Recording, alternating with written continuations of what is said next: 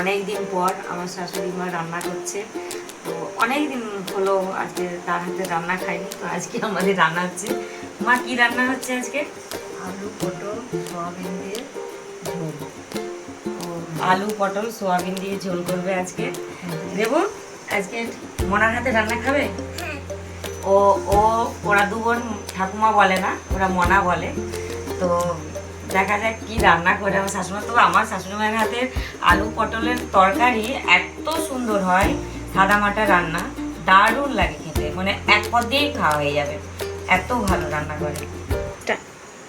এই পটল কেটে রেখেছে, আলু সেদ্ধ করতে দিয়েছি। ও তারপর তারপর এই মশলা পেঁয়াজ আদা গোটা জিরা বাটবো।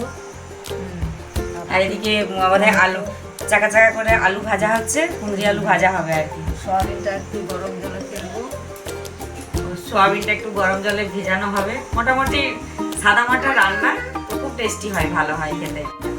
আমার শাশুড়ি মা একটু আস্তে আস্তেই কথা বলে, মানে অনেক দিন ধরে অনেক অনেক পরিশ্রম করে অনেক, তারপরটা আমার শাশুড়ি মায়ের কথা আমি একদিন বলবো, তো আপনারা বন্ধুরা শুনবেন। অনেক অনেক কথা, অনেক কষ্ট করে অনেক জীবন কাটিয়ে এসেছেন, তো শুনলে চোখে জল চলে আসবে। তো একদিন আমি লং একটা ভিডিওতে দেবো আপনাদেরকে, কথাগুলো সব শুনবে। তো অনেকবার আমি জানো বন্ধু, অনেকবার আমি মায়ের হাতে এই রান্নাটা আমি চেষ্টা করেছি করার, কিন্তু আমি কিছুতেই ওনার মতন রান্না করতে পারি না। একই সেম প্রসেসে রান্না করেছি, কিন্তু টেস্ট কিছুতেই আসেনি। তো দেখি কেমনভাবে রান্না করে, আরেকবার দেখি যদি করতে পারি, আমি চেষ্টা করবো। বন্ধুরা, আমার শাশুড়ি মায়ের রান্না হয়ে গেছে। তো মা কি রান্না হলো? আলু পটল সয়াবিন দিয়ে ঝোল কুঁদরি আলু ভাজা। দেখেছো আমার শাশুড়ি মা রান্নায় একদম ফার্স্ট আলু পটল সোয়াবিনের তরকারি, কুঁদরি ভাজা, আলু ভাজা, তা সব হয়ে গেল। মোটামুটি 1 ঘন্টায় সব সার্ভিস একদম। আর আমরা হলে এখন 2 ঘন্টা 3 ঘন্টা লাগিয়ে দিতাম।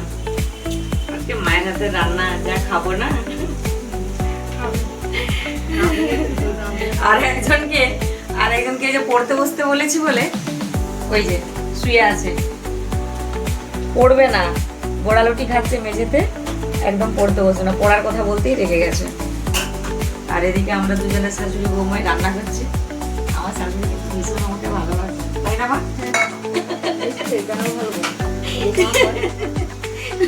মাকে সব সময় আমি একদম রাগাই।